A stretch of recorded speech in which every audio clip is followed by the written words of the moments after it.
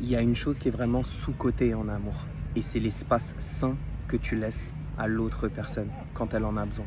Parce que très souvent, quand on veut arranger les choses, on a tendance à forcer, à obliger. On appelle, on veut se voir, on envoie des messages, on n'en peut plus. Et la personne, en fait, ça l'éloigne encore plus.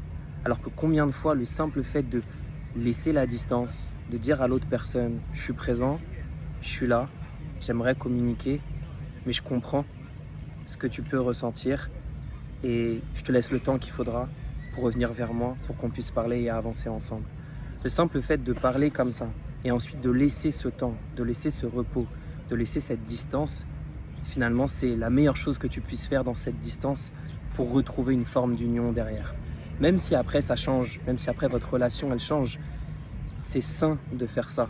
Un peu comme dans le livre de Khalil Gibran, le prophète, lorsqu'il dit que les cordes du luth, c'est un instrument, les cordes du luth pour qu'elles puissent jouer d'une parfaite mélodie et que ça sonne avec une harmonie, il est fondamental que, c'est comme la guitare un peu, il est fondamental qu'elles soient ensemble, mais qu'il y ait un espace entre elles pour que ça fonctionne.